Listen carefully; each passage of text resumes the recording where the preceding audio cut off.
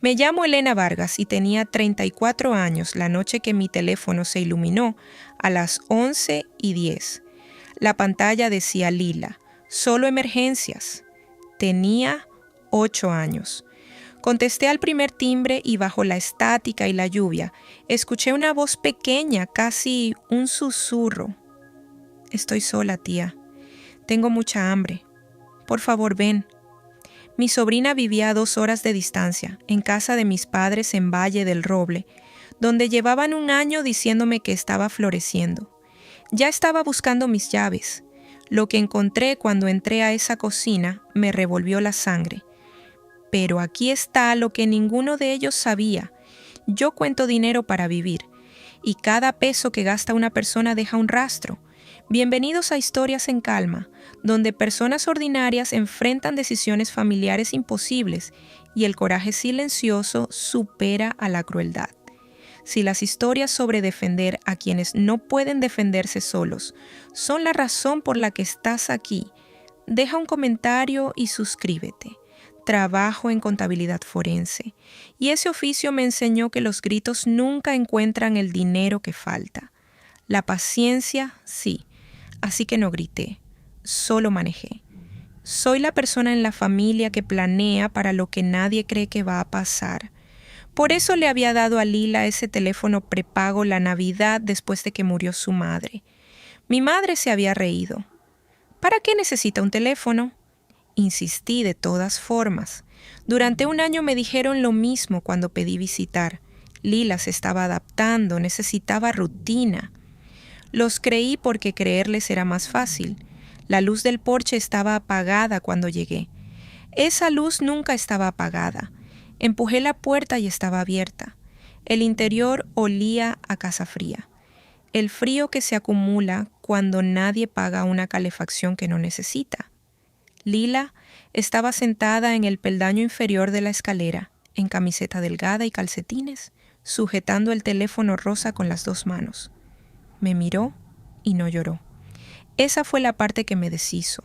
Una niña de 8 años que ha aprendido a no llorar, ha aprendido algo que ninguna niña de 8 años debería saber. Fueron al casino, dijo. Abuela dijo que volverían tarde. El refrigerador tenía casi nada. Un cartón de leche 3 días vencido, ketchup, el extremo de un pan de molde. La despensa estaba cerrada con candado mientras brillaba una televisión nueva en la habitación de al lado. Hice a Lila unos huevos revueltos con los únicos 2 que había. Mientras los cocinaba, ella sacó de su mochila una bolsa plástica con galletas de soda trituradas y la puso sobre la mesada con cuidado, como alguien que raciona sus provisiones. Por si acaso, dijo, y no terminó la frase. Entonces, unos faros cruzaron la pared de la cocina. Carmen entró primero, con una bolsa de tienda en el brazo. Me vio y la risa que traía se cortó como un disco levantado de la aguja.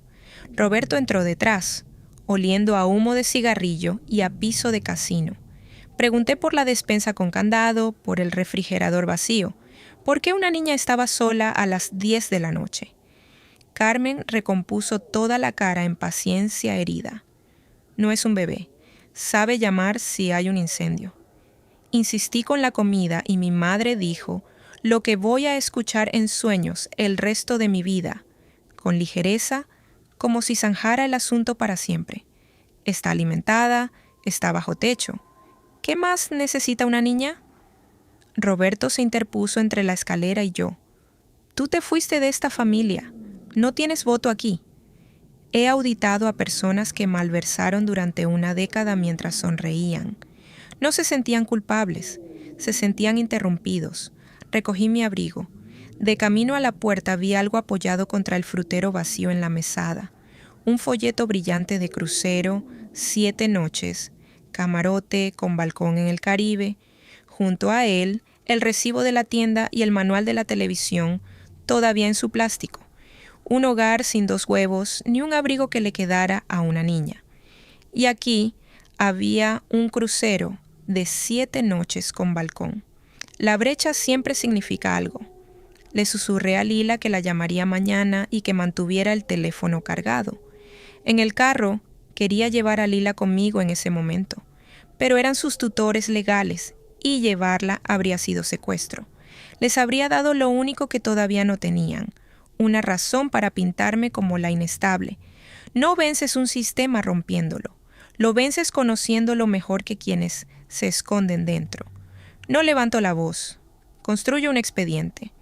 Cuando Ruth murió en el accidente 2 años atrás, Lila quedó con derecho a los beneficios de sobreviviente del Seguro Social, dinero que Ruth había aportado toda su vida reservado exactamente para su hija. Mi madre, como representante pagadora, estaba legalmente obligada a gastarlo en la niña. Además, había un subsidio estatal de cuidado familiar. 2 fuentes de dinero, un solo propósito, ambas fluyendo hacia una casa con la despensa bajo candado. El representante abuelo debe rendir cuentas al gobierno cada año, una regla que sospechaba nadie había cumplido. Intenté primero el camino amable. Llamé a mi madre con la voz relajada. Ofrecí llevar a Lila un tiempo, incluso enviarles dinero para la compra. La voz de Carmen se enfrió en segundos. Mi tía Sandra entró en la llamada para decirme que yo estaba interpretando demasiado. Y luego Carmen, fría y definitiva. Si sigues con esto, nos mudamos. Escuela nueva, pueblo nuevo, y tú no sabrás dónde. Hice entonces una solicitud formal por escrito pidiendo la rendición de cuentas anual. La respuesta de Roberto, que no era asunto mío y que si contactaba a cualquier entidad oficial nunca volvería a ver a Lila. En mi trabajo tenemos una frase para cuando un sujeto deja de cooperar y empieza a amenazar. La llamamos conciencia de culpa. El expediente escolar de Lila decía su propia historia callada. 11 ausencias en un semestre, un lugar fijo en la lista de almuerzo gratuito, una nota de una maestra sobre una niña que pedía llevarse los refrigerios sobrantes, 2 años sin chequeos médicos, sin dentista, una receta vencida. Nada era un moretón, todo era un patrón, y los patrones son mi oficio. Cada pocas noches llamaba al teléfono rosa y una voz pequeña contestaba. Mantuve el tono liviano porque lo último que esa niña necesitaba era sentirse como evidencia. Con la naturalidad con que los niños cuentan las peores cosas, llegaban los detalles. La despensa cerrada porque abuela dice que como demasiado, noches a oscuras para que no suba la factura de la luz, ningún abrigo de invierno que le quedara. Una noche se quedó en silencio. Tía, hay un número aquí que dice papá. Lo leyó dígito por dígito. Mi hermano Daniel llevaba 1 año y medio desaparecido. La versión de la familia era que había abandonado a su hija. Pero ese número en las notas del teléfono, escondido para que nadie lo viera, era el número de un hombre que planeaba volver. Pedí que preservaran ese teléfono antes de que alguien pensara en borrarlo. Luego colgué y llamé al número. Daniel dijo con una voz que se quebró en la palabra. Elena, ¿Lila está bien? Y toda la historia que me habían contado se deshizo en mis manos. Daniel no había huido. Tras la muerte de Ruth, se había internado en un programa de tratamiento y tomado un contrato en un barco pesquero en Alaska para recuperarse. Había dejado a Laila con mis padres porque ellos la habían pedido y jurado cuidar de ella. Le decían que Lila estaba floreciendo y que llamar muy seguido solo la confundiría. A mí me habían dicho el espejo exacto, que Daniel la había abandonado. Se habían interpuesto entre un padre, una hermana y una niña, dado a cada uno una mentira diferente, y guardado los cheques de ambas direcciones. Una semana después manejé a Valle del Roble para ver la actuación con mis propios ojos. En una reunión parroquial, Carmen paseaba a Lila en un vestido limpio que nunca había visto, aceptando los murmullos. ¡Qué bendición! Ustedes son unos santos. Una prima me tomó del brazo al acercarme. Después de todo lo que han sacrificado, ¿de verdad quieres quitarles también a la niña? No discutí. Solo me arrodillé, ayudé a Lila a ponerse el abrigo que había traído y observé su cara cuando las mangas le llegaron hasta las muñecas. Me miró como si hubiera hecho un milagro. un abrigo que le quedaba. Eso era lo que pasaba por milagro en su vida. Con los registros de Daniel y los montos de los beneficios, construí un libro contable limpio. Dinero que le correspondía a la niña en una columna y en la otra una vida cómoda que nadie se había ganado. En el espacio donde deberían estar los gastos de Lila había un silencio que podía oírse. Patricia Vidal, abogada de familia con gafas de lectura en cadena y cero paciencia para la crueldad disfrazada de deber, leyó el libro contable sin decir palabra y lo deslizó de vuelta. Armas un caso ordenado, ¿verdad? Presentaríamos una petición de custodia de emergencia.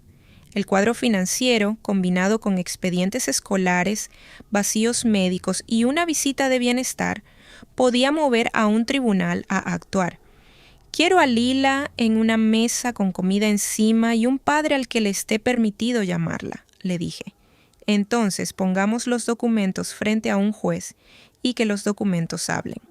Presentamos todo en 72 horas. La petición desencadenó una visita de bienestar y el informe documentó el refrigerador casi vacío, la despensa con candado, una niña con ropa pequeña en una casa con televisión nueva. El detalle que detuvo a la trabajadora social, escondites de comida en la mochila de Lila, bajo el colchón y en su abrigo, galletas de soda, una barra de granola, medio sándwich guardado.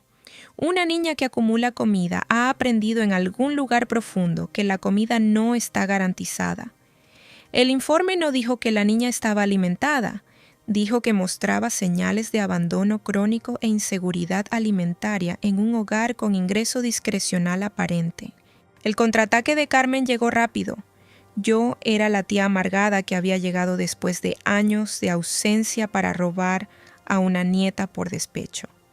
Cada afirmación era el opuesto exacto de la verdad, y eso era lo que las hacía efectivas. Pero había una grieta en su muro y se llamaba Sandra. Mi tía me llamó tarde para decirme que había visto a Lila esconder comida y se había dicho que era una fase. Últimamente no duermo bien, Elena. Al día siguiente le conté a Patricia cada palabra. Un testigo que no puede dormir a veces se convierte en uno honesto. En la primera audiencia, el juez se negó a retirar a Lila antes de la audiencia completa. Los tribunales favorecen el statu quo, especialmente con abuelos que tienen un año de aparente estabilidad. Apoyé la frente en el volante al llegar a casa esa noche, pero he aprendido que más lento no es lo mismo que perder. Los números no expiran. Conseguí llamadas supervisadas con Lila y le dije, con la voz más calmada que tenía, que yo no me iba a ningún lado. ¿Lo prometes?, dijo. No hago promesas que no puedo cumplir. Esa la hice. Daniel llegó y fue directo a mi casa. Más delgado, más firme. Traía certificados de su programa de tratamiento, recibos del barco y los registros de las transferencias de dinero que él creía que alimentaban a su hija, apilados encima de los beneficios que ya estaban mal usando. Leyó el libro contable y el informe, y sus manos temblaron. La dejé con ellos. Creí que estaba haciendo lo correcto. Recuperarse era lo correcto. Confiar en ellos fue el error. Es un error que cualquier persona decente comete sobre sus propios padres, porque la alternativa es impensable hasta que está sentada frente a ti en un archivo. Los registros bancarios llegaron por orden judicial y confirmaron mi reconstrucción hasta el último peso. Construí el documento final, una sola línea de tiempo que cualquier persona pudiera seguir en 90 segundos. El crucero 4 días después de un depósito de beneficios. Los retiros del casino, agrupados al primero de cada mes. La línea desnuda, donde deberían estar los gastos de Lila. Y los registros de llamadas del teléfono rosa. 14 veces que Lila había intentado comunicarse con su padre o conmigo, y las noches sin conexión coincidían con los periodos en que sus abuelos tenían el teléfono para cargarlo. Un aparato descartado como juguete había estado custodiando la verdad todo el tiempo. La noche anterior a la audiencia puse la carpeta en mi mesa y la miré por un largo rato. No era triunfo lo que sentía, era la sensación de que algo es verdad y de que finalmente puedes demostrarlo. En la llamada con Lila esa noche, su voz era más pequeña que de costumbre. Abuela dice que si el juez te escucha, tendré que dejar mi cuarto. Mi madre todavía enseñándole a una niña a temer su propio rescate. Le dije que nadie iba a hacerla desaparecer de nadie que de verdad la quisiera. ¿Y si no te creen?, preguntó.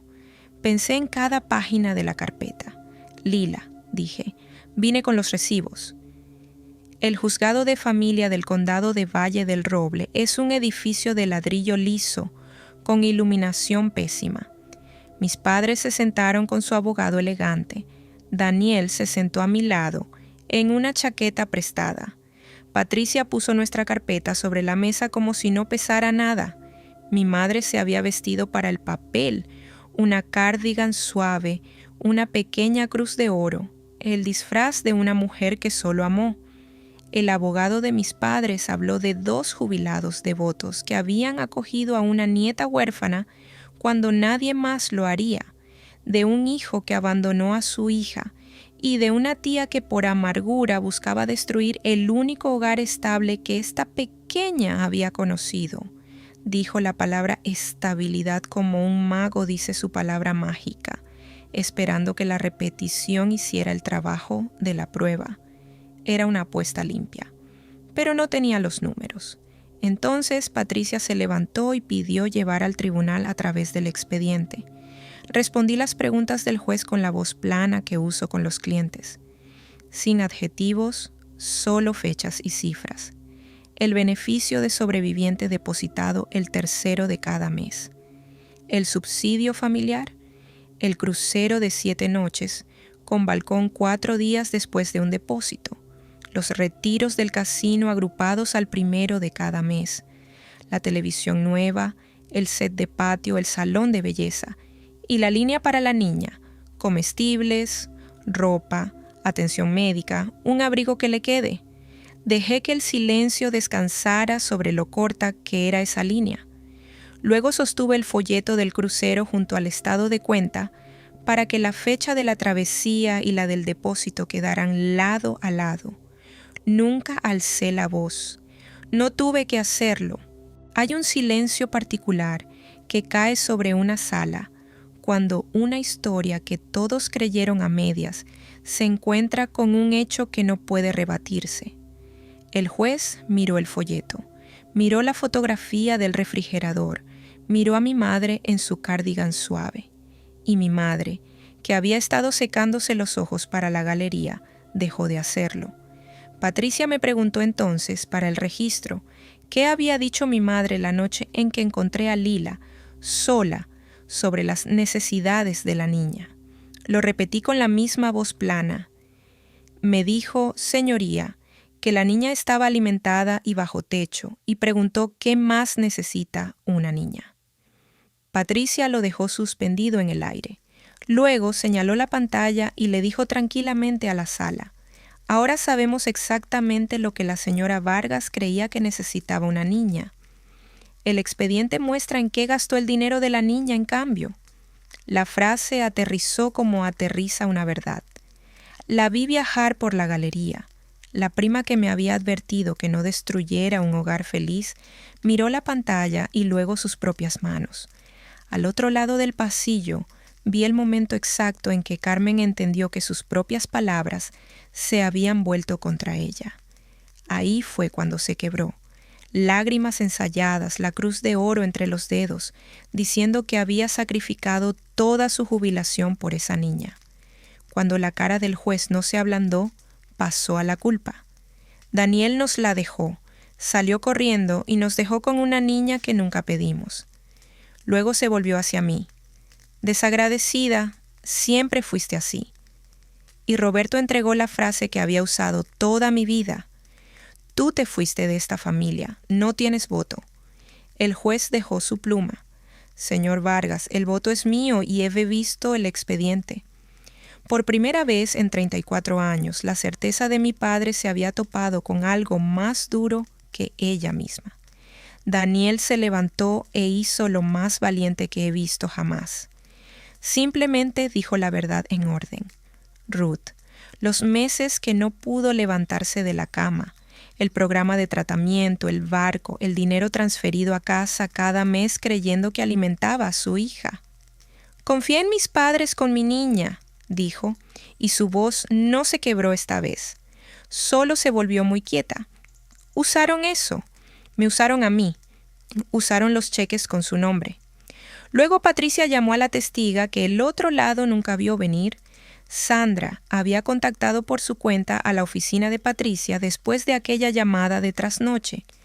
El juez la hizo prestar juramento. Carmen cisió su nombre. Sandra la ignoró, con las manos temblando, y le dijo al tribunal que ya no podía dormir. El dinero que había recibido, las conversaciones que había escuchado, la comida que había visto esconder a esa niña. Me dije que no era asunto mío. Sí era asunto mío. Tiene 8 años. Eso no la convirtió en heroína, pero derrumbó el último muro de la historia de mi madre con la verdad. El juez tomó un receso. 20 minutos en un pasillo beige con Daniel paseando y yo sentada muy quieta. Cuando volvió, habló con claridad. La evidencia de abandono y del mal uso de los beneficios era sustancial y bien documentada. Retiraba a Lila de la tutela de sus abuelos ese mismo día. Otorgaba la custodia a Daniel con un plan de transición estructurado y me nombraba cotutora temporal. La cuestión de los beneficios mal usados sería referida a la agencia correspondiente. Al otro lado de la sala, una niña pequeña que había susurrado a un teléfono roto en una noche de tormenta, escuchó que iba a casa con su papá. La primera noche, Daniel, Lila y yo cenamos en mi mesa de cocina en Puerto Sereno. Pollo asado, demasiadas verduras y una torta sin ocasión salvo que podíamos. Lila comió como si todavía no estuviera segura de que fuera a durar, y luego poco a poco, como si empezara a creer que podría. El abrigo nuevo colgaba junto a mi puerta donde podía verlo. La semana siguiente le conseguimos un teléfono de verdad con el número de su papá y el mío, y sin nada que esconder. La revisión de la agencia les ordenó devolver lo que habían tomado en un calendario que los seguiría a largo tiempo. No eran monstruos de cuento. Eran 2 personas que decidieron que las necesidades de una niña eran menores que su propia comodidad y que se contaron una mentira cálida hasta que un frío libro contable la hizo imposible. Daniel encontró trabajo cerca de mí y un apartamento a 2 cuadras del mío. Lila camina a mi casa después del colegio la mayoría de los días y abre el refrigerador que mantengo deliberada y gloriosamente lleno. Ya no esconde comida. Tardó meses, una consejera y muchas cenas ordinarias. Pero paró. La sangre nos hizo parientes. Aparecer en una tormenta, construir la verdad línea a línea y negarse a mirar hacia otro lado, fue lo que nos convirtió en familia. Esa es mi historia. Una llamada aterrada, 2 horas de lluvia y una carpeta de hechos que hablaron más alto que cualquier pelea a gritos jamás podría.